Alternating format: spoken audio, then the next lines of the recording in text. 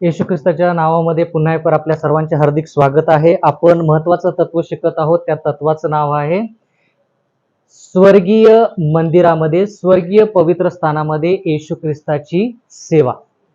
तर जेवढं आपल्याला येशू ख्रिस्ताच्या सेवेविषयी भूतलावरती माहित आहे, तेवढंच आपल्याला स्वर्गामध्ये जो ती सेवा करत आहे त्याच्याविषयी माहित पाहिजे.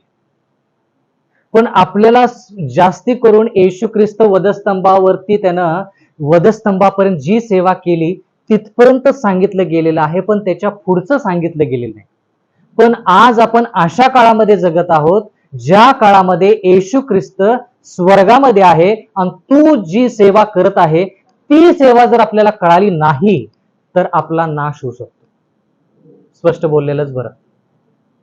तर ज्यावेळेस आपण पाहतो की देव त्याच्या लेकरांपर्यंत पोहोचण्याचा प्रयत्न करत आहे, तो व्यक्ती कोणत्याही धर्माचा असू दे, कोणत्याही पंथाचा असू दे, तो श्रीमंत असू दे अथवा गरीब असू दे, देव त्या लेकरापर्यंत पोहोचण्याचा प्रयत्न करत आहे. देव वेगवेगळ्या मार्गास्तव त्या व्यक्तीपर्यंत पोहोचण्याचा प्रयत्न करत आहे. आता उदाहरणार्थ ज्यावेळेस आपण दानिएलाचं पुस्तक वाचतो, ज्यावेळेस आपण दानिएलाचं पुस्तक पाहतो त्यावेळेस दानिएल याच्या 2ऱ्या अध्यायामध्ये आपण पाहतो की दानिएल जो आहे तो देवाचा सेवक आहे. देवाच्या सेवकाचा वापर देव कोणाला वाचवण्यासाठी करत आहे? विधर्मी राजा, जो राजा मूर्तीपूजक आहे त्या राजाला वाचवण्याचा प्रयत्न देव त्याच्या सेवकाचा वापर करत आहे. म्हणून आपण ह्या ठिकाणी असं पाहिलं की त्या राजाला, जो मूर्तीपूजक राजा होता, त्या राजाला पोहोचण्यापर्यंत देवाने मुद्दाम मूर्तीचा वापर करून त्या राजाला सांगितलं की त्याच्यापासून, त्याच्या राज्यापासून जगाचा शेवट होईपर्यंत काय काय होणार आहे.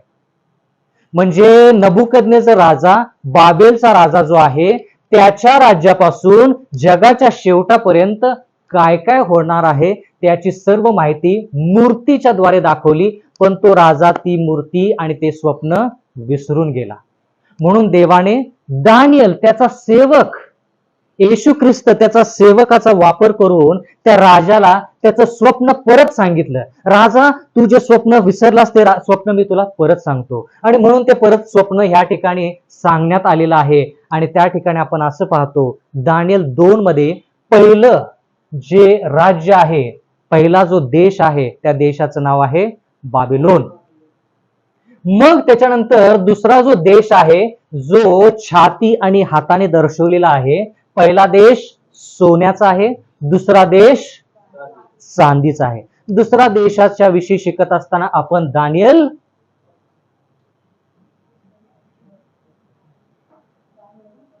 दानिएलचा 5वा अध्याय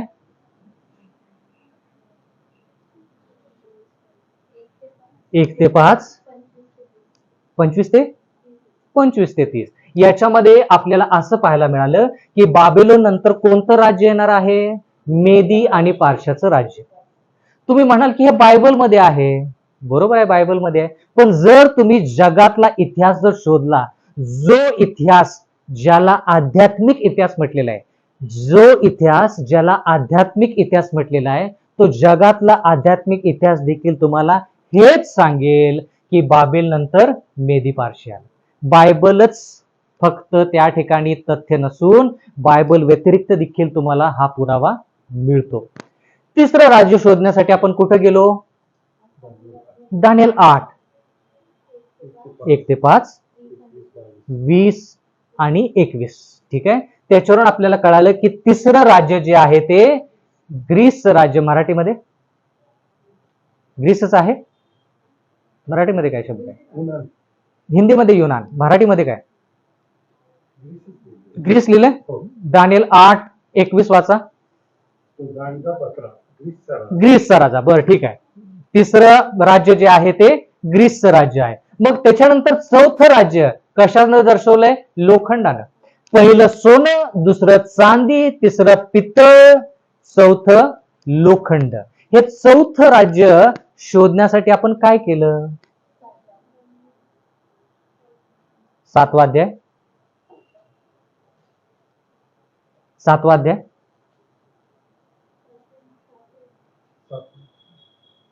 7वा अध्याय 7वं वचन, बर हा 7वं 8 9 10 बरोबर.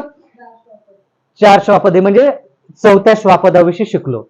परत परत मी सांगत आहे, व्हर्टिकलला मराठीत काय म्हणतात माहित आहे का कोणाला? व्हर्टिकल काय म्हणतात मराठीत? व्हर्टिकलला. हॉरिझॉन्टलला काय म्हणतात मराठीत? Just check. व्हर्टिकल उभं आडवं, बर ठीक आहे. उभं जसे एका पाठीमागे एक देश आहे, तसे आडवे देखील देश काय झाले पाहिजेत? जुळले पाहिजेत. दानिएल 2 हा अध्याय आहे, दानिएल 7 हा अध्याय आहे, दानिएल 8 हा अध्याय आहे. बायबलमध्ये दानिएलच्या पुस्तकामध्ये 3 अध्याय विशेष करून आपण शिकलो. 2 7 8. जसं उभं एका पाठीमागे एक हे देश येत आहेत, इथंही तसंच, इथंही तसंच, तसंच आडवे पण ते देश काय झाले पाहिजेत? समांतर रेषेमध्ये आले पाहिजेत. जसं की इथं बाबेलोन, तर इथं पण बाबेलोनच आलं पाहिजे. मग आपण म्हणू शकतो की हा दृष्टांत आणि हा दृष्टांत एकच आहे, वेगवेगळ्या गोष्टीने दर्शवलेला आहे. दृष्टांत एकच, पण वेगवेगळ्या दृष्टिकोनातून दाखवण्यात आलेला आहे. दानिएल 8 मध्ये काय आहे? एडका आहे आणि बकरा आहे. बर, एडका आणि बकरा ह्याच्यावरून काय कळतं? मागच्याच आठवडी सांगितलं का ह्या दर्शनामध्ये एडका आणि बकरा दाखवलेला आहे? कारण की पवित्र स्थानामध्ये बकऱ्याचा वापर केलेला आहे. म्हणून त्या ठिकाणी देव थोडक्यात सांगत आहे दानिएलला की आता तू पवित्र स्थानाकडे लक्ष दे.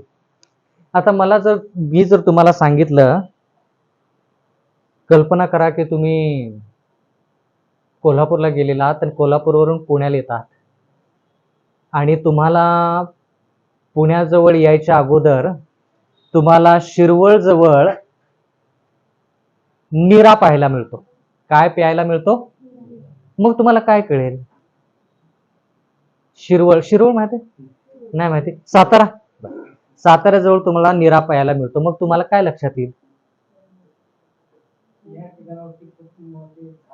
हा, बरं, आणखी काय पाहायला मिळेल? आणखी काय लक्षात येईल? नीरा कुठं मिळतो बघा, सांगा मला. महाराष्ट्रात नीरा कुठं कुठं मिळतो? सगळ्या महाराष्ट्रामध्ये मिळत नाही नीरा. जेवढं मी फिरलो तेवढं मी सांगतो.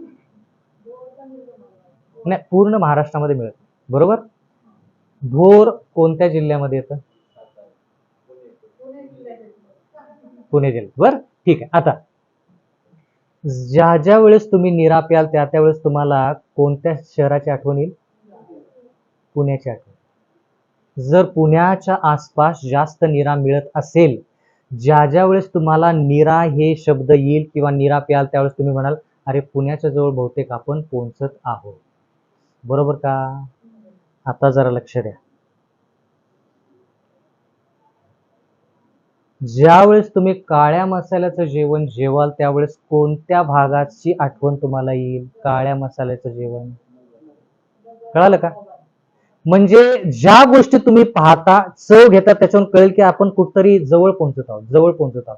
तुम्हाला दक्षिण महाराष्ट्रामध्ये काळ्या मसाल्याचं जेवण जास्त पाहायला मिळणार नाही. तिथं तांबड्या मसाल्याचं जेवण जास्त मिळतं.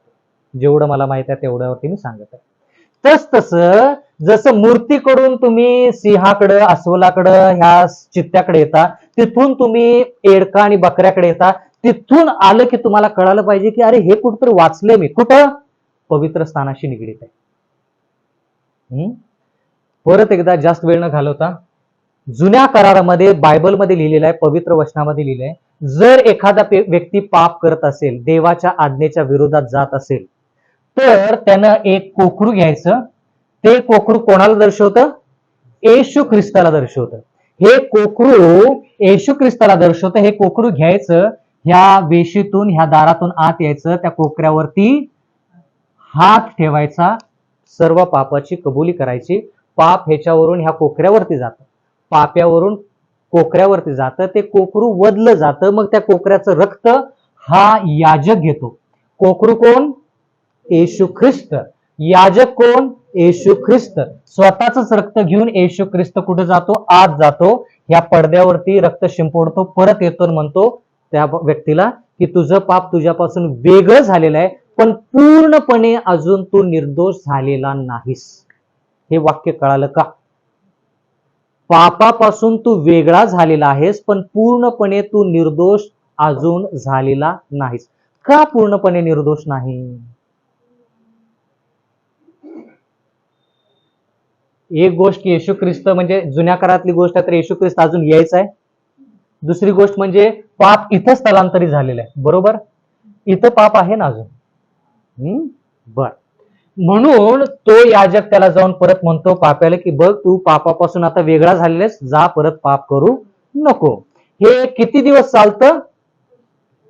वर्षभर, म्हणजे 7 महिने 9 दिवस हा कार्यक्रम किंवा ही विधी. कुठं लिहिलं हे?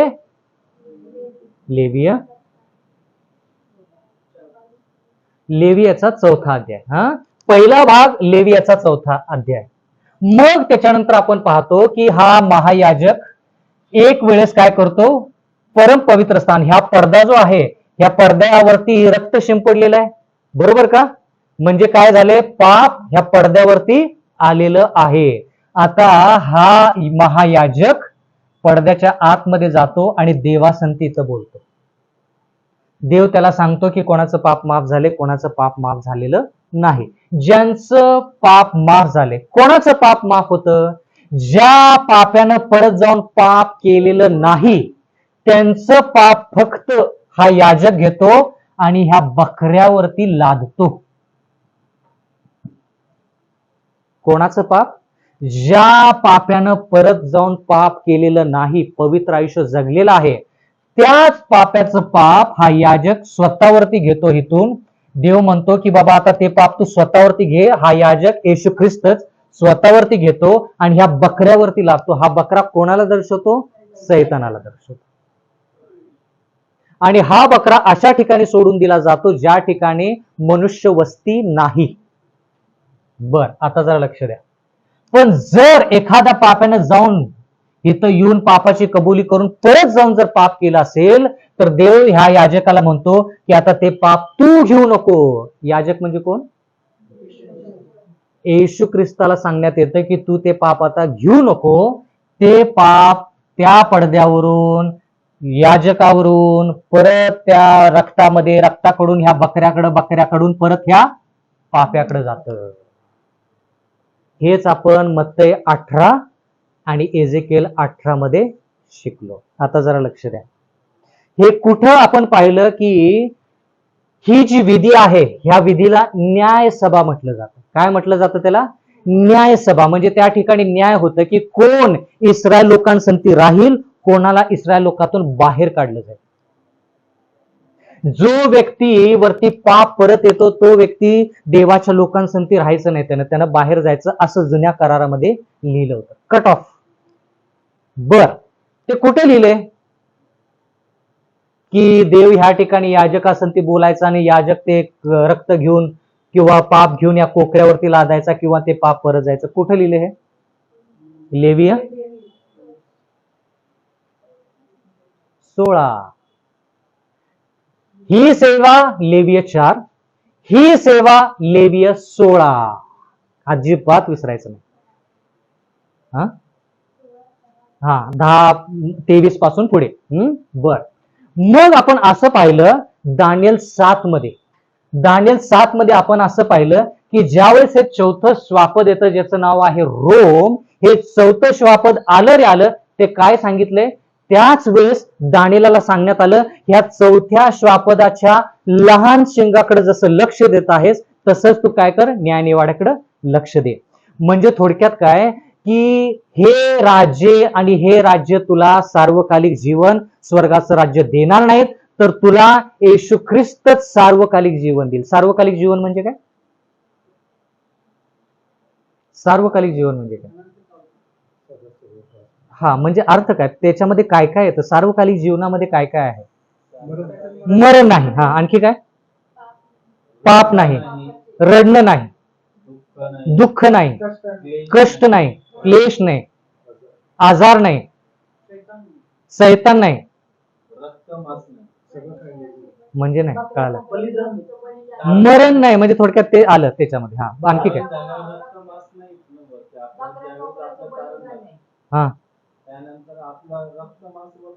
नाही. आपण आहे तसेच असणार आहे. तेवढं की आपल्या चारित्र्यामध्ये फरक पडणार आहे. शरीरामध्ये जरी फरक पडला तर हे शरीर फक्त पवित्र होणार आहे. शरीर फक्त पवित्र होणार. ठीक आहे. बलिदान परत नाही, गरजच नाही. बरं, ठीक आहे. म्हणजे त्या ठिकाणी सुख, शांती, समाधान किती वर्ष? सदा सर्व काळासाठी.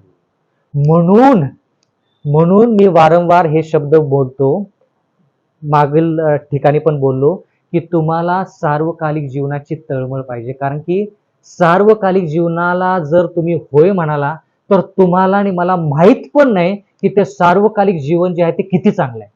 एवढंच माहिती आहे की ते चांगलं आहे, पण किती चांगलं आहे अजून आपल्या मेंदूला तेवढी क्षमता नाही ते जाणून घेण्याची. किती हुशार असा तुम्ही. आपल्याला एवढं माहिती आहे की फार चांगलं आहे. फार चांगलं म्हणजे किती चांगलं. आपल्याकडे शब्द नाहीत, आपल्याकडे तेवढे विचार नाहीत की त्याच्या पलीकडे त्या गोष्टी चांगल्या आहेत. काही दिवसापूर्वी एक प्रचारक प्रचार करत होते आणि त्यांनी प्रचारामध्ये एकच वाक्य वापरलं. ते वाक्य बहुतेक माझ्या आयुष्यभर लक्षात राहील. ते म्हटले की सेव्हन्थ डे ॲडव्हेंटिस्ट मंडळीचा जो विश्वास आहे किंवा सेव्हन्थ डे ॲडव्हेंटिस्ट मंडळी जो धर्म आहे तो एकच धर्म आहे जो स्वतःला सिद्ध करू शकतो. बाकीचे कोणतेच धर्म स्वतःचे विश्वास सिद्ध करू शकत नाहीत. फार मोठा विचार आहे. कोणताच धर्म त्यांचे तत्व सिद्ध करू शकत नाही, शिवाय म्हणजे एक वगळता सेव्हन्थ डे ॲडव्हेंटिस्ट मंडळीचे जे धर्म आणि देवाचं जे वचन आहे त्यांचा विश्वास जो आहे तो विश्वास तेच फक्त सिद्ध करू शकतात. बाकीच्या कोणत्याही धर्माचा तो विश्वास जो आहे तो सिद्ध लोक करू शकत नाहीत. म्हणून जे आपण शिकत आहोत ती साधी गोष्ट नाही. तुम्हाला माहित आहे का, पावलाची खूप इच्छा होती की त्यानं तुमच्या आणि माझ्या काळामध्ये म्हणजे शेवटच्या काळामध्ये त्यानं राहावं. खूप इच्छा होती त्याची. म्हणून तो काय म्हणायचा, आपण सगळे झोपी जाणार नाही, आपण काही जे जिवंत राहू, ज्यावेळेस शेवटचा करण्याचा नाद होईल त्यावेळेस जे ख्रिस्तामध्ये झोपी गेले ते पुन्हाने उठतील आणि आपण त्यांच्या संती अंतराळात घेतले जाऊ. एवढी त्याची इच्छा की त्याला वाटलं की ख्रिस्त त्याच्याच काळामध्ये यावा. पण नाही आहे त्यांना तेवढी संधी मिळाली. तुम्ही जर म्हटला ना पावलाला, पावला आजकालची परिस्थिती अशी आहे की खूप वाईट परिस्थिती आहे ख्रिस्ती लोकांची, पाऊल म्हणेल काही असू दे, मला जर संधी मिळाली ना शेवटच्या काळात मी परत जिवंत होईल. आणि इथं आपण आहोत.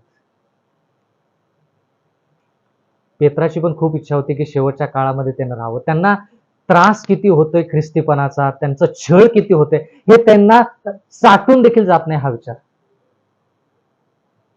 पण आपण त्या विचारामुळे ख्रिस्तीपण धरू का सोडू इतकी वाईट परिस्थिती आपली आहे.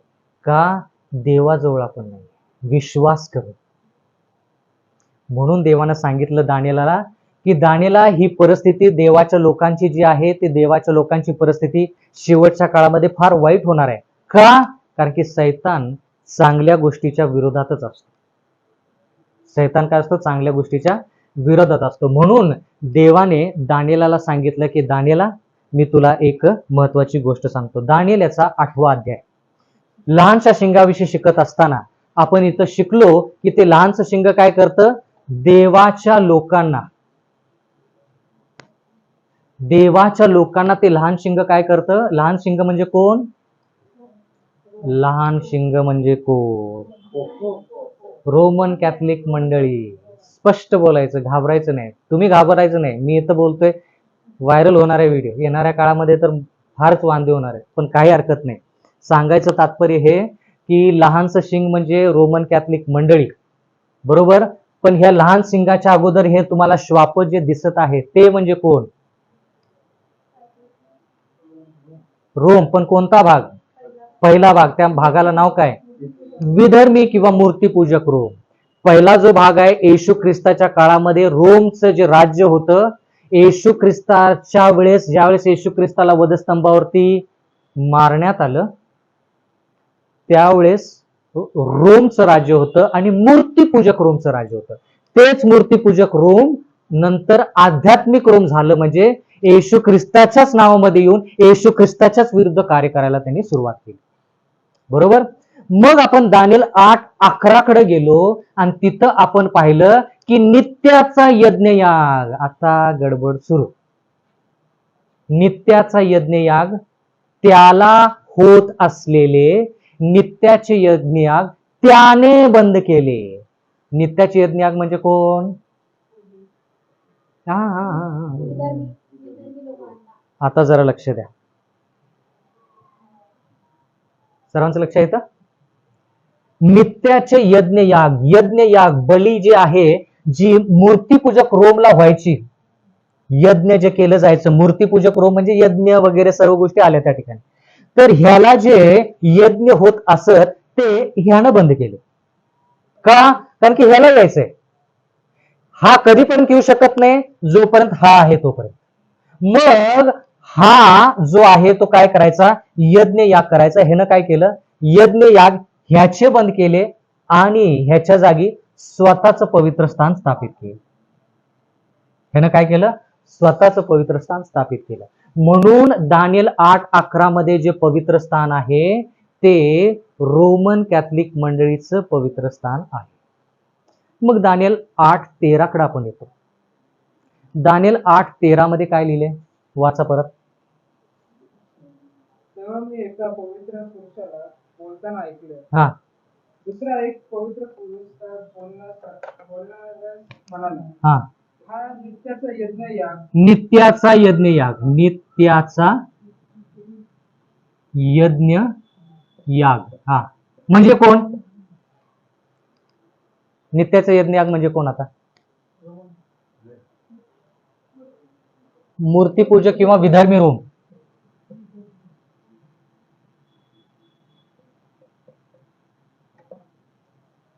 यज्ञयाग हा शब्द आला रे आला, लक्षात घ्यायचं की विधर्मी रोम विषयी बोलत आहोत. कारण की यज्ञ वगैरे सर्व गोष्टी जशा मूर्तीपूजक राज्यामध्ये होतात तसं इथं होत असेल. तर नित्य म्हणजे वारंवार, तर नित्य होत असलेले यज्ञयाग जे आहेत ते नित्य यज्ञयाग ह्याने बंद केले. ह्याला होत असलेले ह्याने बंद केले. का? ह्याला यायचंय. ठीक आहे, पुढे. नित्याचा यज्ञयाग, पुढे. विध्वंसमूलक पातक, विध्वंसक, विध्वंस,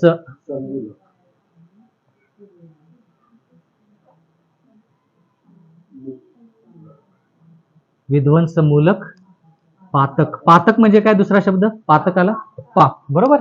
मग कोणतं असं पाप आहे ज्याच्यामुळे विध्वंस होतो? विध्वंस म्हणजे काय? नाश, नष्ट होणे, त्याला म्हणतात विध्वंस. हिंदीमध्ये आपण काय शब्द वापरला होता? उजाडणे वाला अपराध.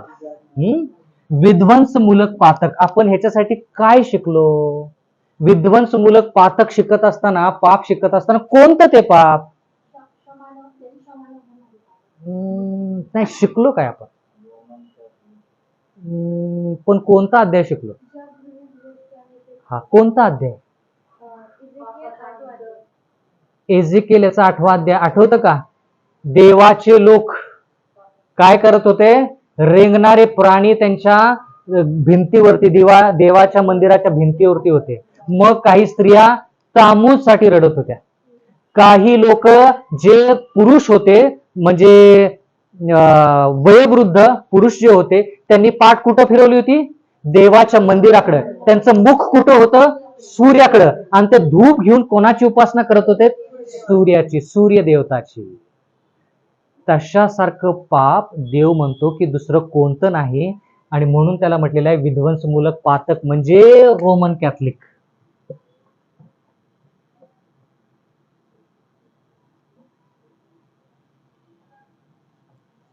मग पुढे काय? दानिएल 8:13 पुढे. पवित्र स्थान व सैन्य, पवित्र स्थान, पवित्र स्थान व सैन्य.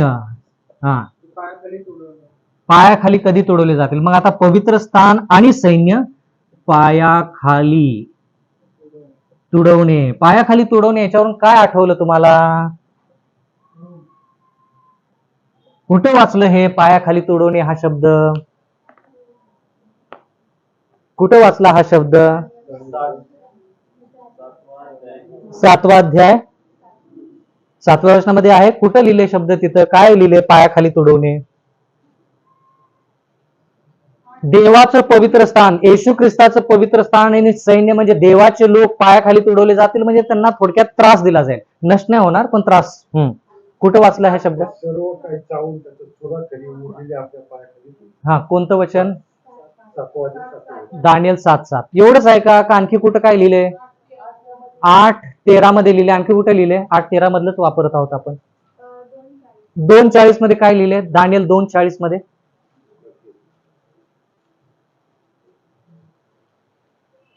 चौथे राज्य लोखंडासारखे मजबूत होईल. हा, लोखंड सर्वांचे भुगभुग करते, तसे ते राज्य चूर्ण करणाऱ्या लोखंडासारखे सर्वांचे चूर्ण करेल. बर, चूर्ण करेल असं लिहिले, पण दानियल 7:7 मध्ये व्यवस्थित लिहिले, पायाखाली तोडवेल. बर, आता जरा लक्ष द्या. एक पवित्र जन दुसऱ्या पवित्र व्यक्तीला विचारत आहे की विधर्मी रोम आणि रोमन कॅथलिक मंडळीमध्ये मुळे देवाचं पवित्र स्थान आणि देवाच्या लोकांना पायाखाली कधीपर्यंत तुडवलं जाईल, कधीपर्यंत त्यांना त्रास होईल. म्हणजे अ मुळे ब ला किती त्रास होईल, कधीपर्यंत. 1 आणि 2 मुळे 3 आणि 4 ला त्रास कधीपर्यंत होईल. तर त्या ठिकाणी एक उत्तर देण्यात आलेले आहे दानियल 8:14 मध्ये. त्याच्या अगोदर परत एकदा मला तुम्हाला सांगू दे, दानियल 8:11 मध्ये जे पवित्र स्थानाचा उल्लेख केलाय, नित्याचा यज्ञयाग निघून जातो आणि काय होतं? त्याने आपले पवित्र स्थान मांडले. ते दानियल 8:11 मधलं पवित्र स्थान रोमन कॅथलिक मंडळीचं आहे. पण दानियल 8:13 मधलं जे पवित्र स्थान आहे ते देवाचं पवित्र स्थान आहे. बर, देवाच्या लोकांना ह्या दोघांमुळे त्रास कधीपर्यंत होईल असा प्रश्न विचारलाय. 14 मध्ये काय लिहिले? 2300 दिवस, बरोबर. आणि मग पवित्र स्थान शुद्ध होईल. म्हणजे थोडक्यात देवाला हे सांगायचंय की ह्या त्रासाकडे जास्त लक्ष देऊ नका, ह्या त्रासामुळे सार्वकालिक जीवन मिळेल असं नाहीये. तुम्ही न्याय निवाड्याकडे लक्ष द्या. न्याय निवाड्यामध्ये ठरेल की तुम्हाला सार्वकालिक जीवन मिळेल की नाही. कारण की शुद्धीकरण जे आहे 2300 दिवसानंतर शुद्धीकरण जे आहे तिथं ठरलं जातं. शुद्धीकरण न्याय निवाडा इथं होतो, म्हणून तुमचं लक्ष इकडं पाहिजे. आता पुढे जाऊया आपण. त्याच्यानंतर आपण दानियल कुठे गेलो?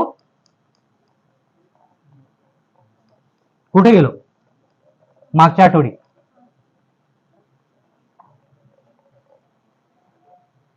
उजळणी करायला वेळ जात आहे, काय हरकत नाही. कुठे गेलो? दानियल. तुम्हाला माहित आहे का, ह्या सर्व गोष्टी पाहून दानियल आजारी पडला. मग देवाने गेब्रियल, मराठीमध्ये काय? गाब्रियल. देवाने गाब्रियल ह्या स्वर्गदूताला पाठवलं आणि दानियलाला सांगितलं की हा गब्रियल तुला काय करेल. गब्रियल म्हणाला की मी तुला तो दृष्टांत जो आहे तो मी समजावून सांगेल. आणि म्हणून तो दृष्टांत समजावून सांगण्यासाठी दानियल 9:24-21 पासून वाचा. 21. असे प्रार्थनेचे शुद्ध मी बोलत असता तो पुरुष गब्रियल दृष्टांताच्या आनंदी व्याकुळ असता माझ्या दृष्टीत पडला. बर, पुढे. तो संध्याकाळच्या यज्ञ समय हा. समीप आला. हा, त्याने मधुबरोबर भाषण करून मला समज दिला. कोणत्या गोष्टीची समज? तो म्हणाला, हा. हे दानियेला, हा, मी तुला बुद्धी देऊन चतुर करण्यासाठी आलो आहे. बुद्धी देऊन चतुर करण्यासाठी आलेला आहे. कशासाठी बुद्धी पाहिजे आता दानियेलाला? कशासाठी बुद्धी पाहिजे? कशासाठी तो चतुर होणार आहे? 70 आठवड्यांची म्हणजे थोडक्यात 2300 दिवसाची जी भविष्यवाणी आहे ती भविष्यवाणी समजावून सांगण्यासाठी देवाने गब्रियल नावाच्या स्वर्गदूताला कोणाकडे पाठवलं? देवाच्या सेवकाकडे दानियेलाला पाठवलं, दानियेलाकडे पाठवलं. बर, ठीक आहे. मग आता 2300 दिवसानंतर पवित्र स्थान शुद्ध होणार आहे. पण 2300 दिवसाची सुरुवात कुठे आहे? माहित नाही. शेवट कुठे आहे? माहित नाही. म्हणून सुरुवात जोपर्यंत कळत नाही तोपर्यंत 2000 दिवस कुठले हे माहित नाही आपल्याला, बरोबर. म्हणून सुरुवातीला आपण काय करायचं की हे 2300 दिवस जे आहेत या दिवसाला प्रथम आपण वर्षामध्ये त्याचं रूपांतर करायचं. कोणतेही आकडे तुम्हाला भविष्यवाणीमध्ये मिळू देत, दिवसामध्ये असू देत, महिन्यामध्ये असू देत, त्यांचं रूपांतर वर्षामध्ये करायचं. शेवट त्यांचा वर्षामध्ये झाला पाहिजे. ते महिन्यामध्ये जरी लिहिलं असलं, दिवसामध्ये जरी लिहिलं असलं तरी देखील, आठवड्यामध्ये जरी लिहिलं असलं तरी त्या सर्व गोष्टींचा शेवट वर्षामध्ये रूपांतर त्यांचं करायचं. आता जरा लक्ष द्या. दानियल मध्ये असं लिहिलेलं आहे की हा दृष्टांत जो आहे तो दृष्टांत दानियेलाला द्यायचा आहे. सुरुवात कुठे आहे? दानियल 9:24. बर, नाही, पहिल्यापासून दानियल 9:24 पहिल्यापासून. हा बर, बर ठीक आहे. बर सॉरी. हा बर, आज्ञा भंगाची समाप्ती. एक मिनिट. आज्ञा भंगाची समाप्ती. हा बर, मग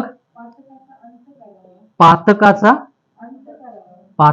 बर, पातकांचा अंत करावा. पातकांचा अंत. एक मिनिट. अंत. 3. तिसरं बरोबर, अधर्माबद्दल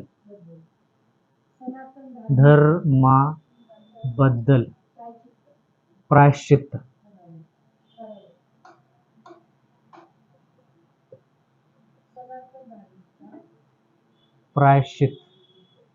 करावे. आणि मग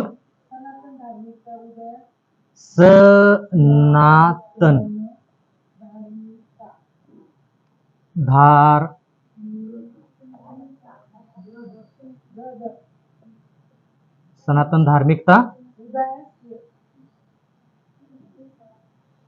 धार्मिकता उदयास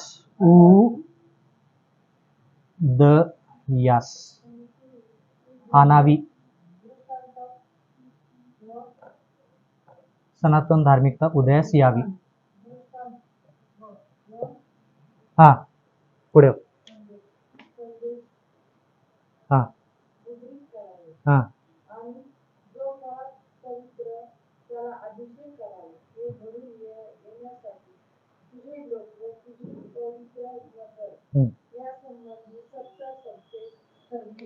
किती सप्तके?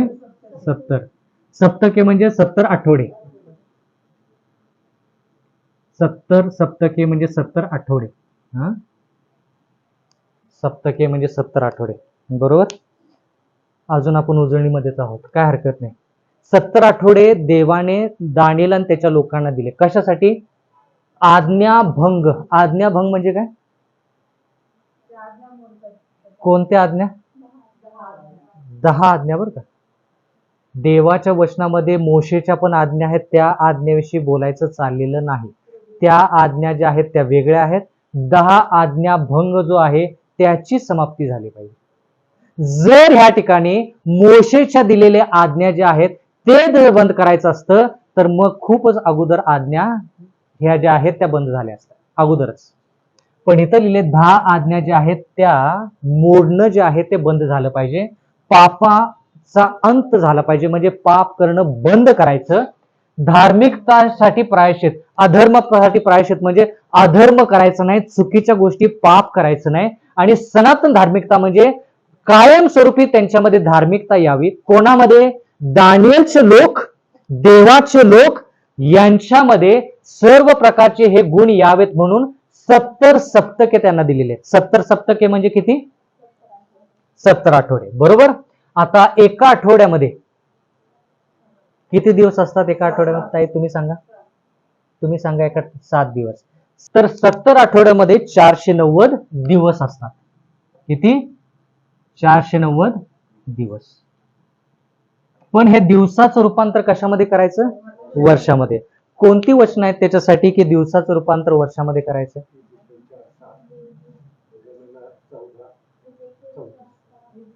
हा, आणि गणना 14:34. त्याच्यावरून एक दिवस म्हणजे 1 वर्ष.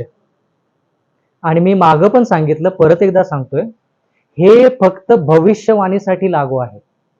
6 दिवसामध्ये देवानं आकाश, पृथ्वी व सर्व निर्माण केले. 7व्या दिवशी त्यानं विसावा घेतला.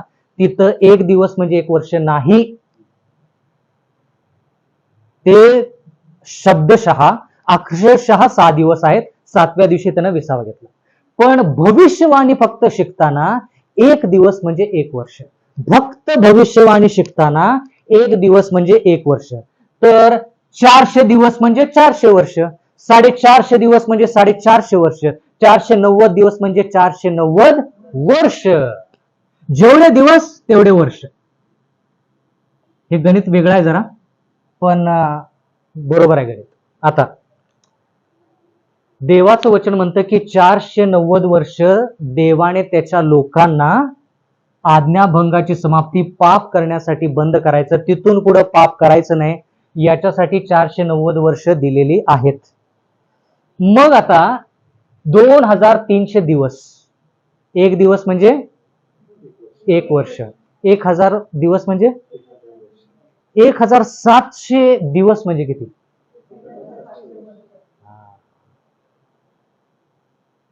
99 दिवस म्हणजे किती? 99 दिवस म्हणजे किती? बरोबर अचूक ती संख्या मी तुम्हालाच विचारली. 99 दिवस म्हणजे किती? 99 वर्ष. जेवढे दिवस तेवढे वर्ष. इथं फक्त दिवसाच्या जागी वर्ष टाकायचं आणि मोकळं व्हायचं. झालं, प्रश्न मिटला. सोपं आहे. आता 2300 दिवस म्हणजे 2300 वर्ष. अनुजाताई मदत करा. 2300 मधून आपल्याला 490 काढायचे आहेत. का? कारण की ते दिवस कोणासाठी दिलेले आहेत? देवाच्या लोकांसाठी. सांगा गणित किती झाले? ह्याच्यामधून वजा करायचे. थांबलो मागच्या वेळेस की 490 दिवस देवाच्या लोकांसाठी, 1810 वर्ष किंवा दिवस बाकीचे लोक म्हणजे जे विधर्मी आहेत, मूर्तीपूजक आहेत, नास्तिक असतील, वेगवेगळ्या धर्माचे लोक असतील, त्यांना देव जास्त संधी देत आहे, जास्त वेळ देत आहे, आणि आपल्यासाठी म्हणजे देवाच्या लोकांसाठी कमी वेळ देत आहे. असं आहे का इथं? प्रश्न विचारतो. संख्येवरून तर तसंच दिसतं. 490 वर्ष फक्त देवाच्या लोकांसाठी, आणि देव म्हणतो की माझेच लोक, पण त्यांना मी एवढे वर्ष देणार, पण बाकीच्या लोकांना जास्त वर्ष देणार. असं का? बर, सत्य माहित आहे म्हणून जवळचं उत्तर आहे.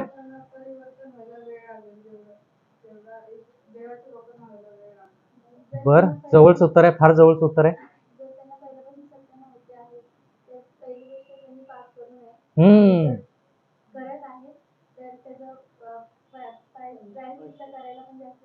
लागू नये. पण हे 490 वरून तुम्हाला काय आठवतं का? 70 हा शब्द दुसरीकडे कुठं वाचलेला आठवतो का? 7 हा शब्द कुठं वाचलेला आठवतो का? हा, कुठं आहे ते? बरोबर आहे उत्तर. कुठं आहे ते? 7च्या 70 वेळेस. कुठं आहे उत्तर? कुठं आहे? हा हा, बरोबर आहे, बरोबर आहे, बरोबर. देवानेच तुम्हाला प्रोत्साहन दिलं. हा, सांगा कुठं आहे? कुठं कुठं कुठं आहे ना वचन? शोधा, सगळे शोधा. 7च्या 70 वेळेस कुठं?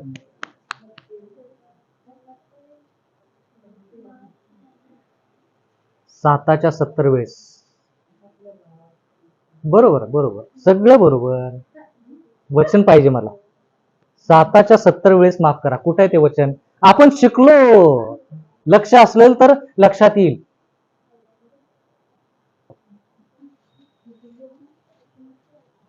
बर, मग ते 18 नाही, दुसरं काहीतरी आहे. बर, ठीक आहे, सॉरी, सांगा. नाही, तुम्ही शोधा, मी नाही सांगणार.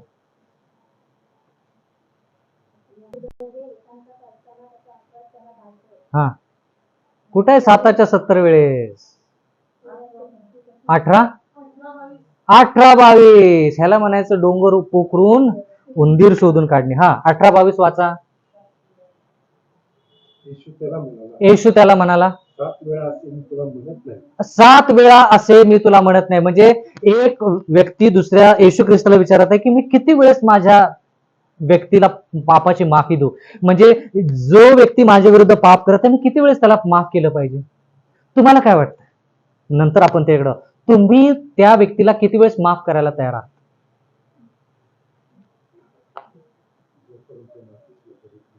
तो जोपर्यंत नाही नाही, तुम्ही त्याला माफ करायचंय. तो माफी मागू द्या अथवा न मागू द्या, त्याला काही घेणं देणं पण नाही माफीचं. पण तुमचा धर्म असं शिकवतो की तुम्ही त्याला माफ करायचं. किती वेळ कराल? 2-3 वेळेस म्हणजे प्रत्येकाची 4 वेळेस. तुम्ही किती वेळेस माफ कराल मला तुम्ही सांगा. आपल्या सार्वजनिक शब्द नाही मला मी. हा किती वेळेस? प्रश्न तोच आहे, किती वेळेस माफ करणार? शक्त नाही नाही नाही, मला इथं तुमचं उत्तर पाहिजे. तुम्ही किती वेळेस माफ कराल? तुम्ही कराल का? तुमचं सांगा मला. मला सार्वजनिक उत्तर नको आहे, मला वैयक्तिक उत्तर पाहिजे. होईल ते नाही, मला तुमचं वैयक्तिक उत्तर पाहिजे. तुम्ही किती वेळेस एखाद्या व्यक्तीला माफ करू शकता? झालंय का की तुम्ही 5 वेळेस त्याच व्यक्तीला त्याच गुन्ह्यामध्ये त्याच अपराधामध्ये 5 वेळेस माफ केलं? असं झालंय का?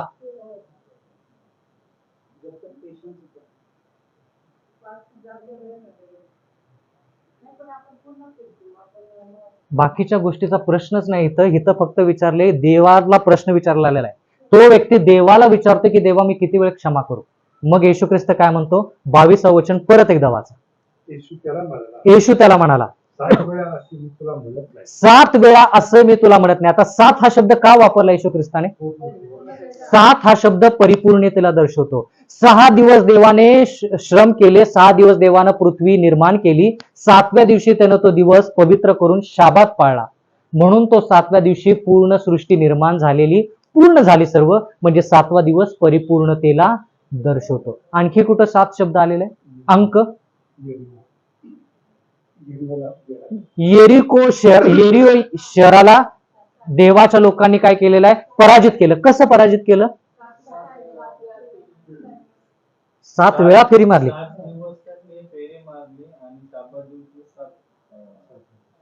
उत्तर दिलं होतं मी, थोडी गडबड होते. सांगा. पहिल्या दिवशी 1 फेरी, दुसऱ्या दिवशी 2 फेऱ्या, तिसऱ्या दिवशी प्रत्येक दिवशी नाही. अभ्यास करून येणार का उत्तर देऊ?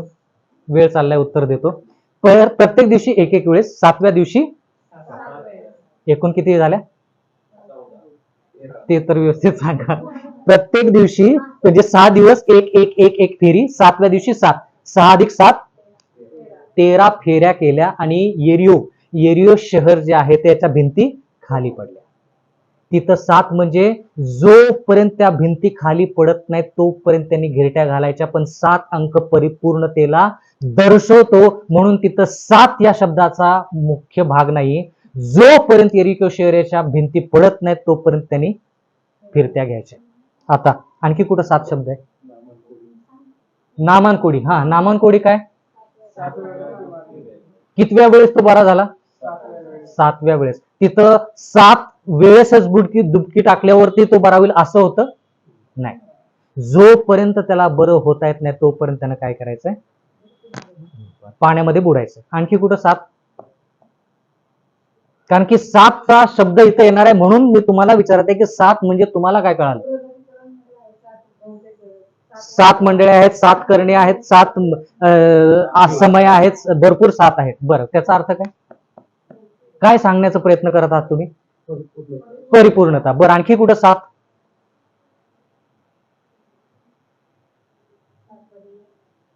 ते आणखी काय झालं? आणखी काय? कोणी काय प्रार्थना केली 7व्या खेपेला त्याला उत्तर मिळालं असं काय आहे का कुठं? आकाशात ढग आलं का बघ. 7 पत्थर लिए थे दावीद ने. हाँ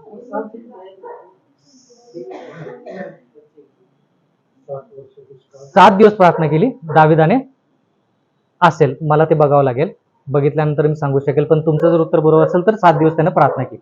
बरं, ठीक आहे. आणखी काय? 7 वर्ष दुष्काळ होतं. 3.5 वर्ष. अहो काय, ही अशी परिस्थिती नसली पाहिजे आपली. योसेफाच्या वेळेस 7 वर्ष. 7 वर्ष अन्नधान्य खूप उगवलं होतं हा आणि 7 वर्ष दुष्काळ होता. हा, तुम्ही योसेफ म्हटला का दानिएल? योसेफ म्हटला बघ, सॉरी. मग योसेफ तर ठीक आहे, मग योसेफ ठीक आहे. बरं, आता जरा लक्ष द्या. येशू ख्रिस्त त्या व्यक्तीला म्हणत आहे की परत एकदा दानियल नाही मत्तई 18:22 किती वेळेस माफ केलं पाहिजे? 7 वेळेस असं मी म्हणत नाही. बर मग काय?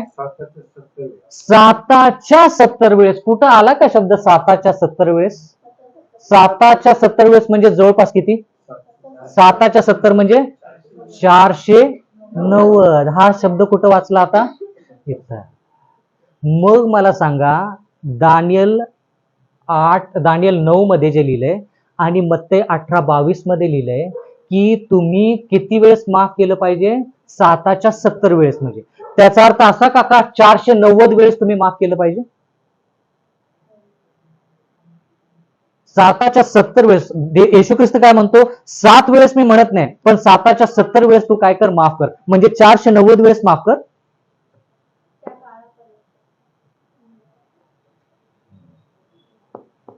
हा दानियेलाचा काळ आहे. म्हणजे 490 वेळेस माफ करायचं, त्याच्यानंतर काही माफ करायची गरज नाही.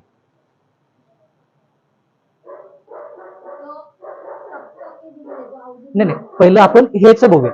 7च्या 70 वेळेस माफ कर म्हणजे नेमकं किती वेळेस? आता 7च्या 70 वेळेस म्हणजे त्यांना लिमिट पण नाहीये की 7च्या 70 वेळेस म्हणजे तुला जेवढ्या वेळा माफ करता येईल तेवढ्या वेळा फक्त माफच कर असं येऊ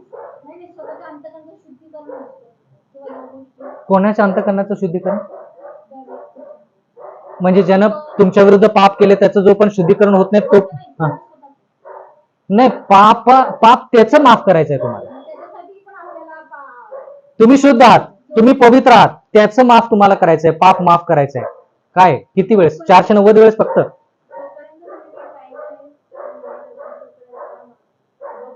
कसं कळेल तुम्हाला की त्याचा न्याय कधी झाला किंवा होणार आहे?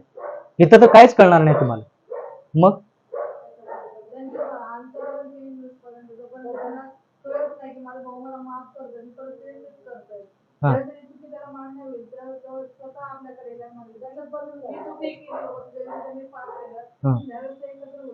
बर त्यानं प्रायश्चितच केलं नाही. मग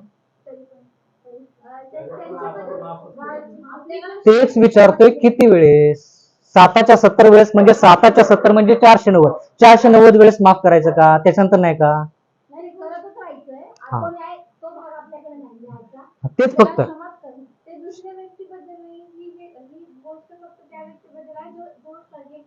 जो पापाची माफी करणार आहे ना त्याच्याविषयी चाललंय इथं की किती वेळेस त्यानं पाप माफ केलं पाहिजे. किती वेळेस केलं पाहिजे? आता 7च्या 70 वेळेस म्हणलं तर तेवढ्या वर्ष आपण जगत पण नाही. नाही. 7च्या 70 वेळेस म्हणजे 490 वेळा. मग ते 490 एका दिवसात पूर्ण होऊ देत असा आहे का त्याचा अर्थ? 490 वेळेसच. मग 490 वेळेस जर असं असेल हा तर त्या माणसाची एक मानसिकता कशी होती याला कायमस्वरूपी क्षमा करायची. कारण इतकं त्याची मानसिकता आणि त्याच पद्धतीने आपण त्याच्यासाठी बदललेलं जातो. साधं उत्तर आहे. 7च्या 70 वेळेस म्हणजे परिपूर्णपणे तुम्ही त्याला माफच करत गेलं पाहिजे. माफच करत गेलं पाहिजे. 7च्या 70 वेळेस म्हणजे पुरेशी संधी त्या व्यक्तीला देव देत आहे. बाबा हा बघ व्यक्ती तुला माफ करते, बघ हा व्यक्ती तुला माफ करतोय, बघ हा व्यक्ती तुला माफ करतोय. 7च्या 70 वेळेस म्हणजे 490 वेळेस फक्त नाही. 7च्या 70 वेळेस म्हणजे परिपूर्ण तुम्ही त्याला काय केलं पाहिजे? माफ केलं पाहिजे. करतच गेलं पाहिजे माफ. म्हणून प्रभूच्या प्रार्थनेमध्ये काय आपण लिहितो, वाचतो?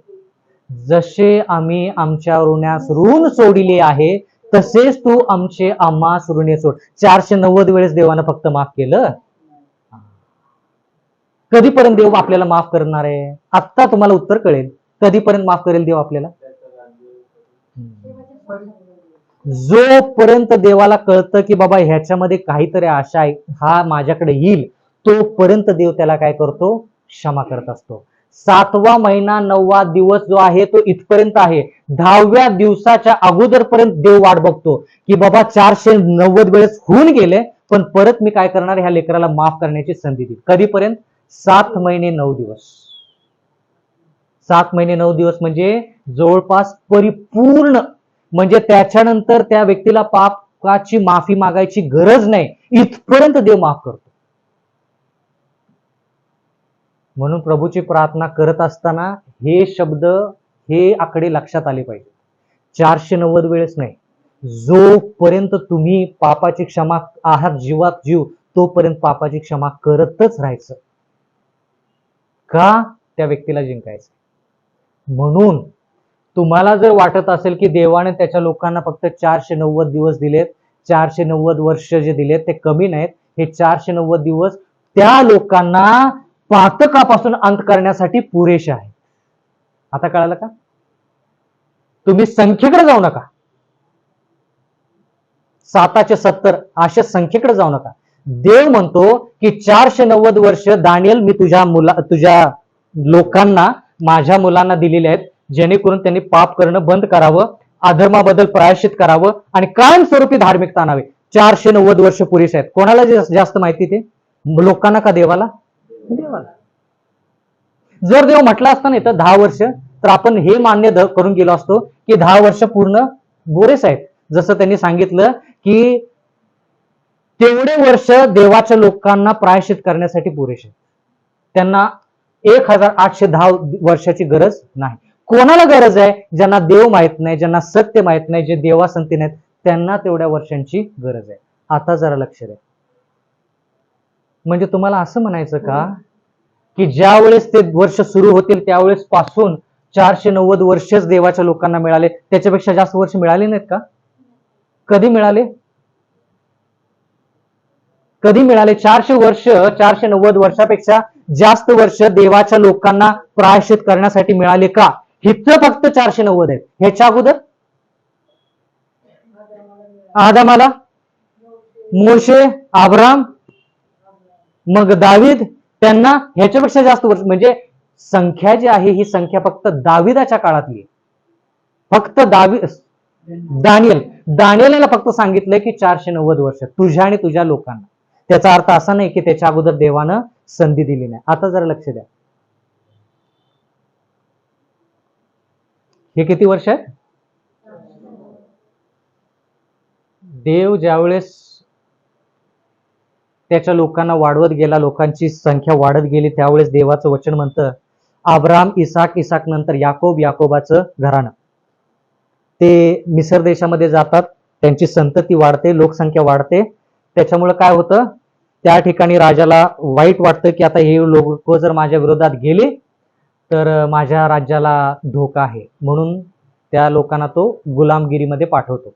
कोण? फारो. किती वर्षाच्या गुलामगिरीमध्ये ते लोक राहतात?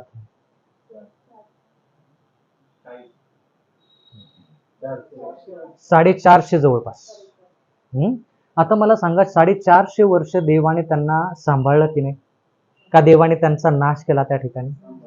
मग त्यांना अधर्माबद्दल, धार्मिकतेबद्दल देवाने मोशेच्या द्वारे सांगितलं. पण तरी देखील ते लोक ज्यावेळेस मिसर देशातून बाहेर आले त्यावेळेस तरी देखील ते सुधारले नाहीत. कशावरून सुधारले नाहीत?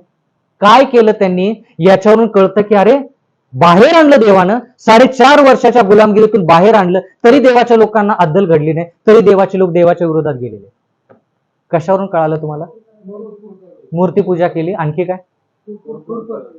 बर, त्याच्यामुळे कुठल्या गुलामगिरीमध्ये गेले? त्याच्या अगोदर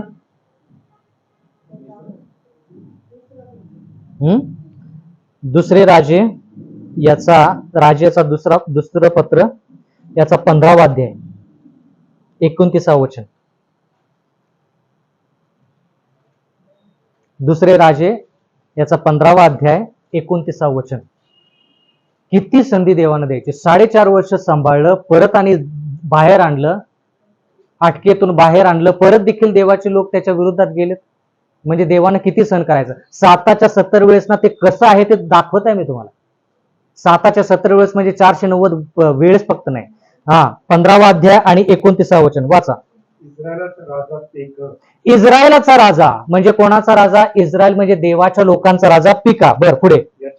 अशुराचा राजा तिग्लत-पिलेसर यांनी येऊन युवन, आबेल बेत माका, यानोह, केदेश, असोर, हम्म. मुलाद व गालिब हम्म. ही सर्व नफ्ताली प्रांतातील स्थळे घेतली. हम्म. तेथील लोक त्याने पाडाव करून अशुरात नेले. म्हणजे थोडक्यात देवाच्या लोकांना कोणत्या गुलामगिरीमध्ये जावं लागलं? अशूरच्या गुलामगिरीमध्ये जावं. आता किती गुलामगिरीत किती वर्षाची होती तो भाग वेगळा, पण मिसर देशाच्या गुलामगिरीतून बाहेर आणल्यानंतर देवाच्या लोकांनी सुधारायचं,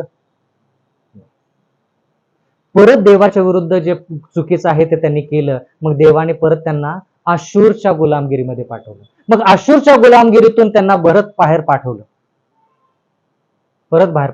पण त्याच्या अगोदर आणखी कोणत्या गुलामगिरीमध्ये गेले होते ते? न्याय, शास्त्रेचा 13वा अध्याय. बघा गुलामगिरीमध्ये किती जात आहेत ते. देवाचे लोक देवाच्या विरुद्धात जाऊन गुलामगिरीमध्ये जात आहेत, देव त्यांना बाहेर आणत आहे, म्हणजे थोडक्यात क्षमा करत आहे, परत देवाचे लोक सुधरत नाहीयेत. शास्त्रे 13:1 शास्त्रेच का पुस्तक? हा. इस्रायल लोकांनी परमेश्वराच्या दृष्टीने वाईट ते पुन्हा केले, म्हणजे त्याच्या अगोदर पण केलं होतं, बरोबर. हा, पुन्हा केले. हा, तेव्हा परमेश्वराने त्यांना हा 40 वर्ष हा बलिष्ठांच्या अंकित केले. बलिष्ठांच्या अंकित केले, म्हणजे बलिष्ठांच्या हाती दिले. मग मिसर देशाची गुलामगिरी, त्यातून देवानं त्यांना बाहेर काढलं. मग फिलिस्टांची गुलामगिरी 40 वर्ष, त्याच्यातून त्यांना बाहेर काढलं. मग अशूरच्या देशामध्ये ते गुलामगिरीमध्ये गेले, त्यातून त्यांना बाहेर काढलं. मग त्याच्यानंतर कोणत्या गुलामगिरीमध्ये गेले? दानिएलचा 1 अध्याय, बाबेलच्या किती वर्षासाठी? 70 वर्षाच्या गुलामगिरी. मग मला तुम्ही सांगा की देवानं फक्त 490 वर्ष दिले होते का भरपूर वर्ष दिले देवाच्या लोकांना? म्हणून मी म्हणतोय तुम्हाला की फक्त ह्या संख्येकडे जाऊ नका. ही संख्या फक्त दानिएल आणि त्याच्या लोकांसाठी दिली आहे, पण ह्याच्या अगोदर देवाने त्याच्या लोकांसाठी भरपूर काय केलं. म्हणून 7च्या 70 वेळेस म्हणजे 490 वर्ष नाही, किंवा 490 फक्त वेळा नाहीत, परिपूर्ण जेवढं देवाला जमलं तेवढं देवानं त्यांना क्षमा केली. तसंच तुम्ही आणि मी असलं पाहिजे.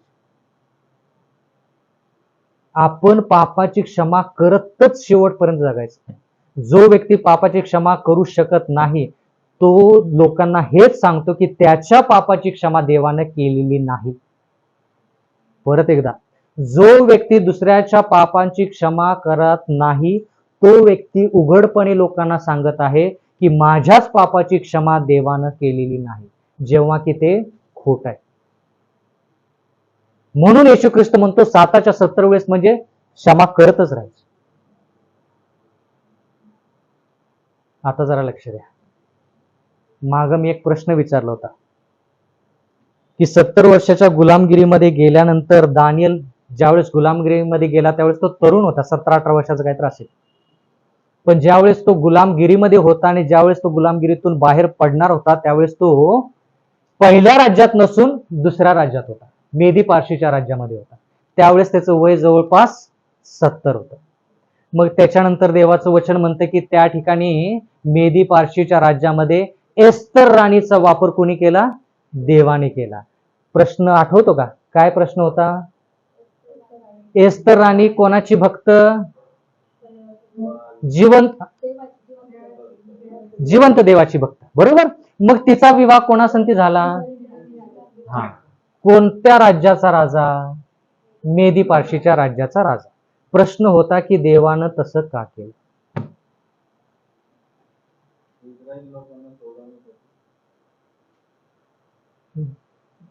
बर, म्हणजे काय का तसं? म्हणजे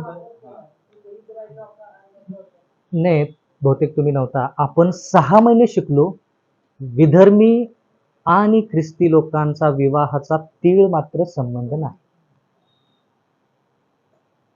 जर लग्न झालं असेल तर लग्न टिकवून ठेवा, पण जर लग्न झालं नसेल तर जो देवाचा लेकरू आहे तो दुसऱ्या व्यक्तीसंती जो विश्वासू नाही त्याच्यासाठी लग्न करू शकत नाही. काळ्या दगडावरची कोरलेली रेष. आता मला सांगा इथं असं का झालं की एस्तर राणीचं लग्न त्या व्यक्तीसंती झालं आणि देवाने त्याचा वापर करून, तिचा वापर करून यहुदी लोकांचा बचाव केला. बचाव केला ना? का केला? विधर्मी राजाला जीव मग लग्न करून द्या. मग आपण आज जिवंत देवाची ओळख, देवाची योजना असते जसं बाबेल देवाची योजना दुसरे करंतिकास पत्र 6वा अध्याय का पहिले करंतिकास 6वा अध्याय 14 मध्ये लिहिले. देव म्हणतो की काही संबंध नाही. जेवढा प्रकाश आणि अंधकार वेगवेगळे तेवढं विश्वासू आणि अविश्वासू वेगळे. जर लग्न झाले असेल तर लग्न टिकवा, पण नसेल तर काही संबंध नाही.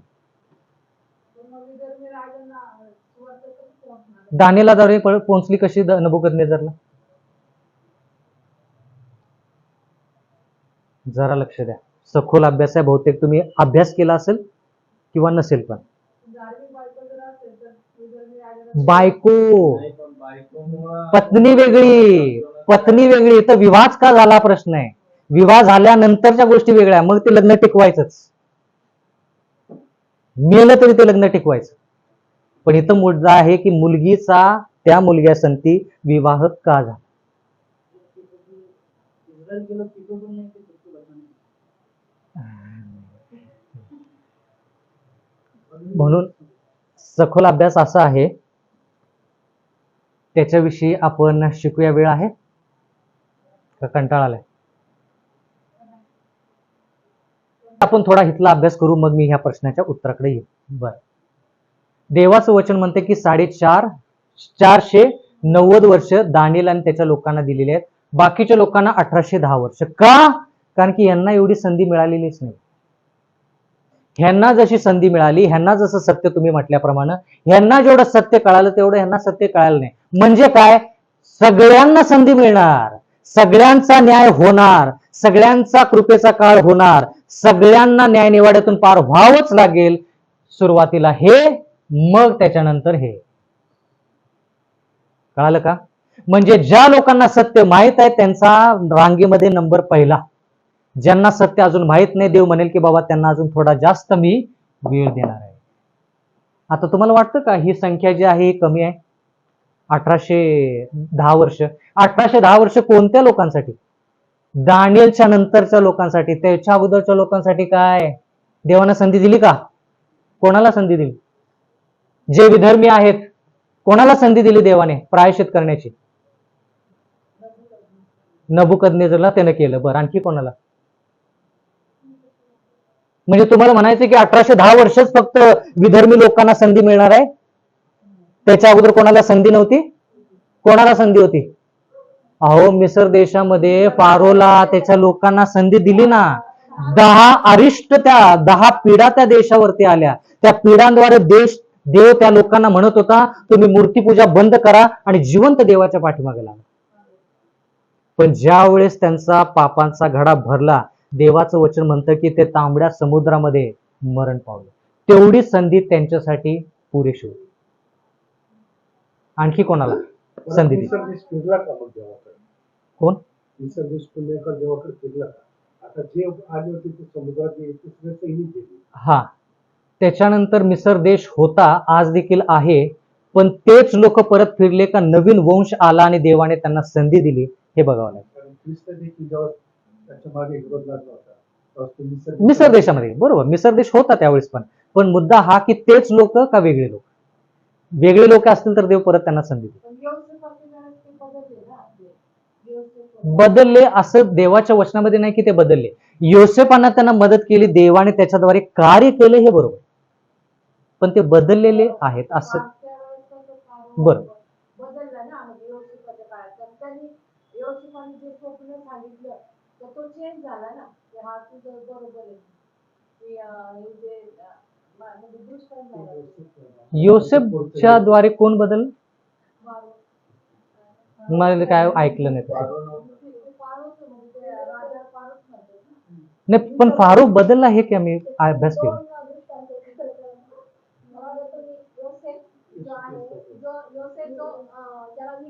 हा,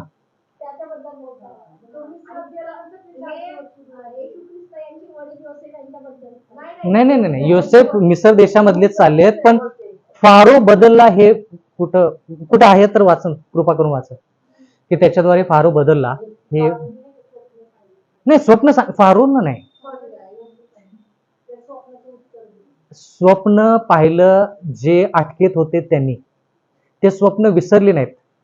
उत्पत्ती याचा 39वा अध्याय आणि 40व्या अध्यायामध्ये ते स्वप्न त्यांनी पाहिलं, ते स्वप्न विसरले नाहीत. ते स्वप्न त्यांनी योसेफाला सांगितलं आणि योसेफानं त्याचा अर्थ सांगितला. तो भाग वेगळा. मला मुद्दा हा आहे की देवाने विधर्मी लोकांना संधी अगोदर दिली होती का? मिसर देशामध्ये फारो आणि त्याच्या लोकांना संधी दिली. आणखी कोणाला? दानियलच्या पुस्तकामध्ये बाबिलोनच्या राजाला संधी मिळाली. आणखी कोणाला संधी दिली? नोहाच्या काळामध्ये पूर्ण जगाला संधी दिली देवाने. बरोबर. 120 वर्ष प्रचार झाला. बरं, आणखी कुठे? निनवे शहर. निनवे शहरला साठी निनवे शहर फार किती दिवस? 40 दिवसानंतर ते शहर नष्ट करणार होता देव. देव म्हटला योनाला, तू जा आणि प्रचार कर. जर ते लोक प्रायश्चित करतात तर 40 दिवसानंतर त्यांचं शहर मी नष्ट करणार नाही. पण जर ते प्रायश्चित करणार नाही तर त्यांचं शहर नष्ट होईल. मग त्यांनी प्रायश्चित केलं का? केलं. पुढे काय झालं? कधी अभ्यास केला? परत ते देवाच्या विरोधात गेले आणि नंतर त्यांचा नाश झाला.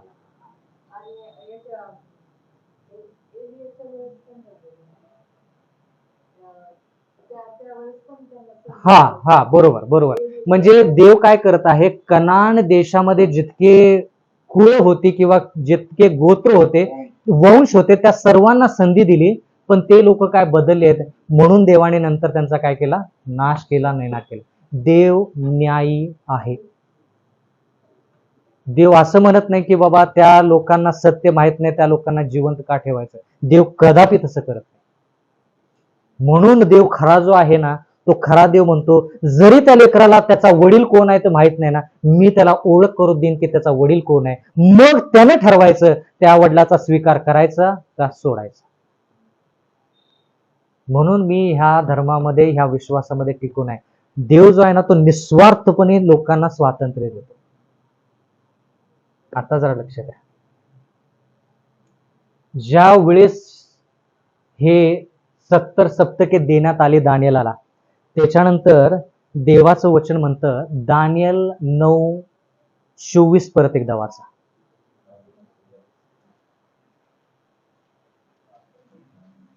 आज्ञाभंगाची समाप्ती व्हावी, पात्रांचा अंत करावा, अधर्माबद्दल प्रायश्चित करावे, सनातन धर्माचा उदय आणावी, दुष्काळ संदेश निवृत्त करावे आणि जो परम पवित्र त्याला अभिषेक करावा.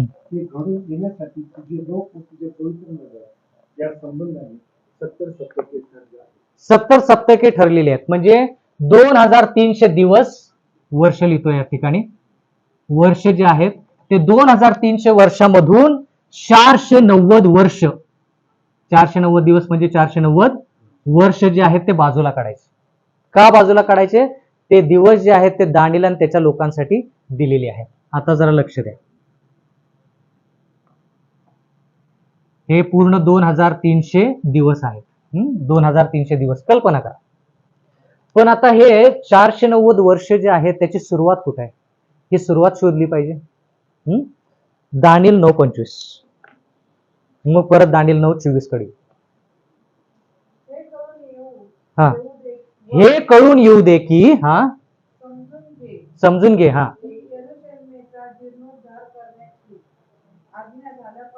पासून शब्द ह्या ठिकाणी महत्वाचा. पासून. पासून म्हणजे सुरुवात. यरुशलेमचा जीर्णोद्धार. जीर्णोद्धार म्हणजे काय? पुन्हा यरुशलेम शहर स्थापन करणे. का ते यरुशलेम शहर पुन्हा स्थापन करायचं आहे? कारण की नबुकदनेझर राजाने ज्या वेळेस दानियल आणि त्याच्या लोकांना घेऊन गेला त्यावेळेस त्यानं ते शहर नष्ट केलं. मग 70 वर्षाच्या गुलामगिरीनंतर परत देवाच्या लोकांना संधी, परत जा आणि ते शहर जे आहे ते परत तुम्ही बांधा. म्हणून तिथं लिहिलंय की यरुशलेमेचा जीर्णोद्धार म्हणजे यरुशलेम परत बांधण्याची ज्यावेळेस आज्ञा निघेल त्यावेळेस पासून पुढे वाचा. बर, जीर्णोद्धार होण्याची आज्ञा झाल्यापासून म्हणजे जरा लक्ष द्या. यरुशलेम शहर जे आहे ते पुन्हा स्थापित करण्याची आज्ञा निघाली पाहिजे. आज्ञा कोण देणार आता? ही ती लोक गुलामगिरीमध्ये आहेत 70 वर्षाच्या. कोण आज्ञा काढणार? 70 वर्षाच्या गुलामगिरीतून इथून ते आले, इथपर्यंत पोहोचले. बरोबर. आता इथल्या राजानंच हुकूम काढला पाहिजे की हे लोक जे गुलाम आहेत ना त्यांना परत जाऊ दे. कुठं जाऊ देत? त्यांच्या मायदेशी परत जाऊ दे. कशासाठी? बाबा त्यांचं शहर जे विध्वस्त झाले ते शहर बांधणं परत झालं पाहिजे. आज्ञा कोण काढेल मग? हा राजा काढेल. कळालं? आता जरा लक्ष द्या. एज्रा याचा 6वा अध्याय 14 वचन. एज्रा 6:14. थोडं लक्ष द्या. मला माहित आहे की हे समजण्यासाठी इतकं सोपं नाही, पण थोडं लक्ष द्या. एज्रा 6:14.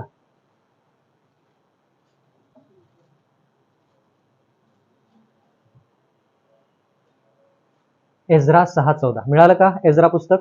अखरी संदेशकार हा आणि जखऱ्या बिन इद्दी हा यांच्या संदेशामुळे हा यहुदी हा वडील मंदिर बांधित राहिले हा आणि त्याच यश आले. हम्म इस्रायलाच्या देवाच्या आज्ञेप्रमाणे हम्म आणि पारसाचे राज्य कोरेश हा दास्यवेश दार्यावेश.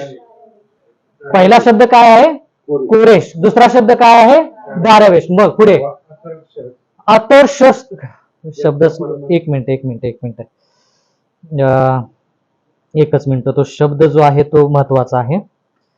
एज्रा याचा 6वा अध्याय आणि 14 वचन. एज्रा याचा 6वा अध्याय आणि 14 वचन. एज्रा 6:14. आता ते शब्दच लिहूया म्हणजे आपल्याला शब्द तो व्यवस्थित कळेल. इथं लिहिले कोरेश, दार्यावेश आणि कोरेश. 1 2 दार्यावेश. बर. हा 2. 3 कोण? अर्थ शहश. अर्थ शश.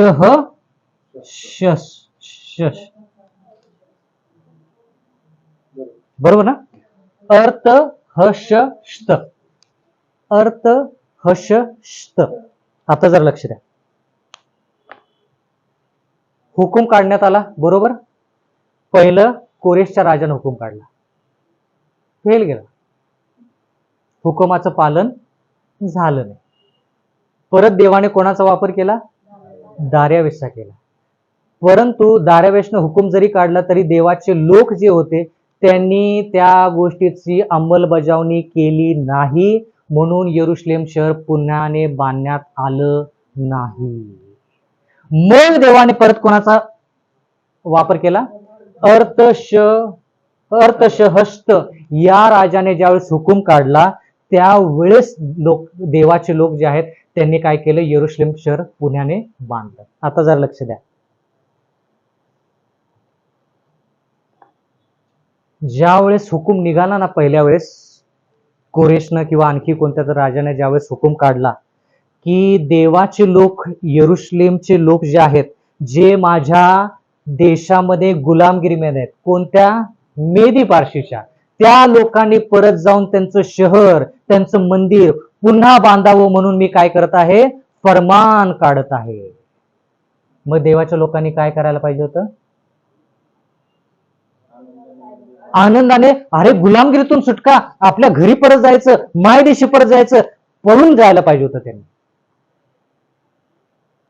गेलेत का? नाही गेले. गुलामगिरी आवडली नसेल, पण काय सवय, ज्या ठिकाणी ते 70 वर्ष राहिलेत त्या ठिकाणची त्यांना सवय झालेली आहे. किती लोकांना तुम्हाला ज्या ठिकाणी तुम्ही राहतात त्या ठिकाणची सवयच लागलेली आहे, सोडूसं वाटत नाही, पण ते तुमच्यासाठी योग्य नाही हे तुम्हाला माहित आहे का? पण तरी देखील तुम्ही तिथे राहतात का? सवय लागलेली. आता जरा लक्ष द्या. ज्यावेळेस काही लोक, देवाचे लोक, ज्यावेळेस पहिल्याच वेळेस हुकूम फरमान निघाला त्यावेळेस काय काय लोक निघून गेले. का? आम्हाला मायदेशी परत जायचंय, आम्हाला यरुशलेम शहर परत बांधायचंय. हुकूम काढलाय राजाने, आणखी कशाची वाट बघायची? कोण काढणार आहे हुकूम परत? म्हणून देवाचे काही लोक गेले आणि त्यांनी यरुशलेम शहर बांधायला सुरुवात केली, पण काही लोक परत पाठीमाग तसेच राहिले. त्या लोकांपैकी राहणारे लोक म्हणजे मोर्दकाय आणि एस्तर राणी. असं कसं झालं माहित पाहिजे, सखोल अभ्यास झाला पाहिजे. देवानं सांगितलं की मी फरमान काढलाय, रातोरात निघा तिथून, निघाले नाही.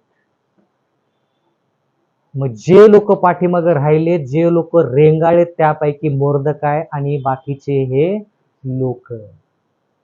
मग त्या ठिकाणी अडकल्यानंतर मग यांची आरोळी देवाकडे की देवा, हा हामान जो आहे ना, तो आमच्या यहुदी लोकांना त्रास देत आहे. मग देव म्हटलं अगोदर मी सांगितलं होतं.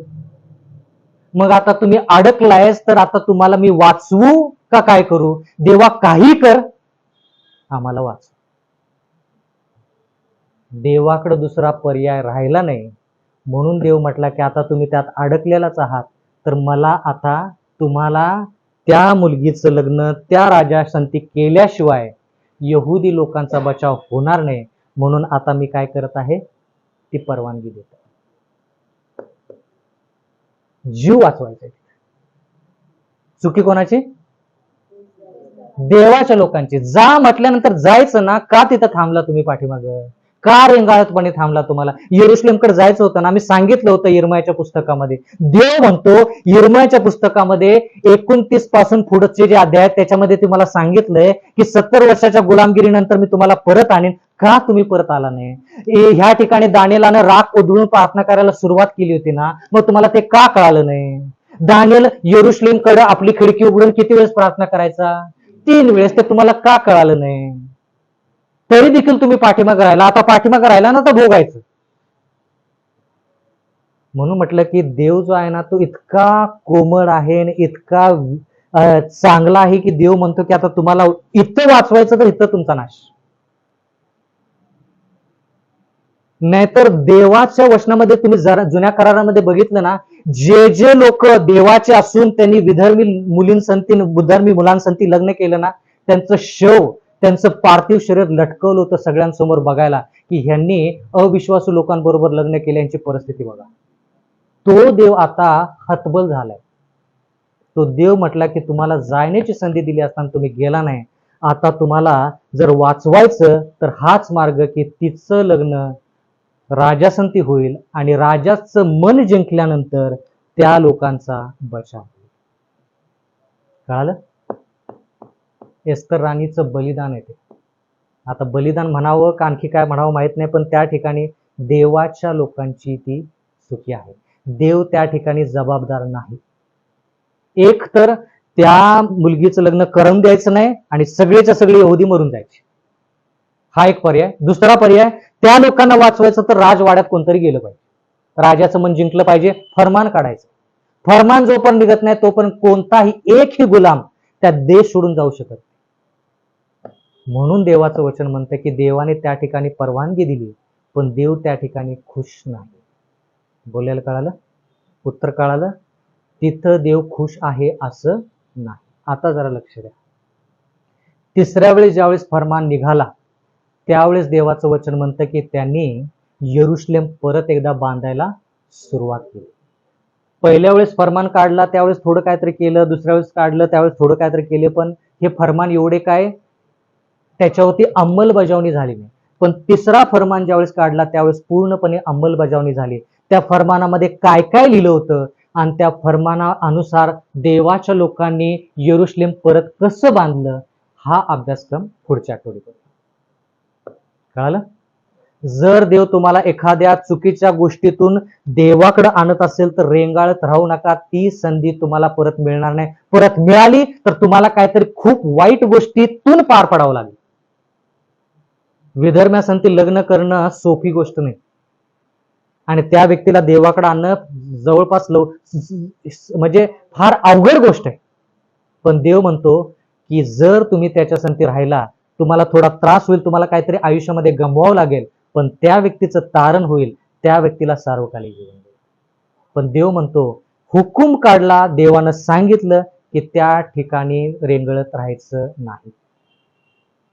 आणखी कोण रेंगळत राहिलं? असंच सदोम गोमराच्या वेळेस लोट नाही, लोट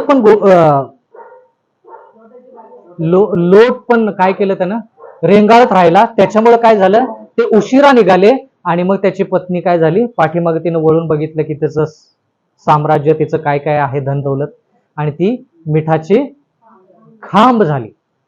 म्हणून देवाचं वचन म्हणतं की रेंगाळतपणे राहणं म्हणजे स्वर्गदूत अस्वस्थ होतात. एलन जी व्हाईट म्हणते अस्वस्थ होतात, म्हणजे स्वर्गदूत म्हणतात की बाबा ह्याला काय पाहिजे नेमकं, इकडं पण नाही तिकडं पण नाही, काय करतोय हा. खूप ते स्वर्गदूत त्यांना फार त्रास आणि वेदना होतात. निर्णय घ्यायचा, चुकीचा नाही घ्यायचा, गडबडीमध्ये नाही घ्यायचा, पण निर्णय घ्यायचा. जर तुम्हाला वाटतं की देव तुम्हाला ह्या गोष्टीतून काय काय गोष्टीतून बाहेर काढण्याचा प्रयत्न करत आहे आणि तुम्ही रेंगाळत आहात, आणि तुम्हाला आज देवाला म्हणायचे की देवा मला रेंगाळत राहायचं नाही. सदमन गोमेराचा नाश झाला, लोटच्या पत्नीचा नाश झाला, त्याच्यावरून मला कळालं इथं एस्तर आणि बाकीच्या लोकांचं वाईट झालं, त्याच्यावरून देखील मला कळालं मला चुकीच्या गोष्टीमध्ये राहायचं नाही.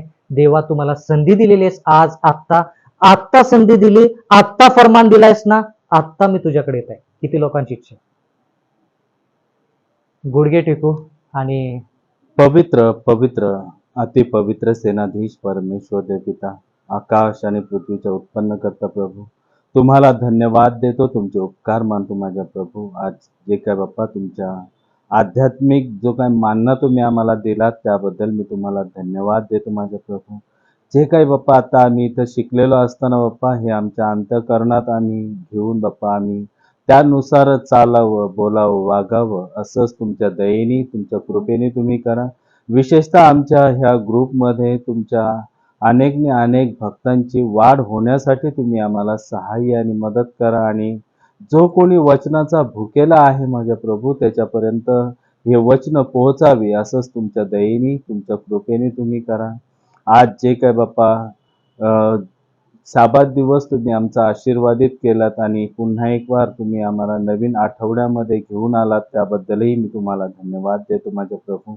विशेषतः आभार आणि उपकार मानतो बाप्पा ह्या लेकरांनी बाप्पा जे काय 10वी मध्ये अतिशय चांगल्या रीतीने मार्क मिळवलेले आहेत माझ्या प्रभू, तिला तुमच्या पवित्र आशीर्वादाने तुम्ही भरा. ज्या काही येणाऱ्या दिवसांमध्ये तिच्या इच्छा आकांक्षा असतील त्या तुम्ही पूर्ण करा, आणि पुढील तिचं जे शैक्षणिक आयुष्य जे आहे बाप्पा तिने अशा चांगल्या मार्काने पास व्हावं असंच तुमच्या दयेने तुमच्या कृपेने तुम्ही करा. तसंच जे विद्यार्थी बाप्पा 10वी आणि 12वी मध्ये जे पास झालेले आहेत बाप्पा त्या सर्व लेकरांवरती तुमचा भरपूर असा आशीर्वाद तुम्ही पाठवा. विशेषतः जे काय बाप्पा दिनकर खंडागळे हे तुमच्यामध्ये झोपी गेलेले आहेत बाप्पा, त्यांच्या कुटुंबियांना तुमच्या आशीर्वादाने तुम्ही भरा. जे काय आंटी, राहुल मामा आणि त्यांचे सर्व नातेवाईक ते दुःखामध्ये असताना बाप्पा त्यांचं सांत्वन तुम्ही करा, आणि माझ्या प्रभू त्यांना तुमच्या पवित्र ज्ञानाने, आरोग्याने, वचनाने तुम्ही भरा.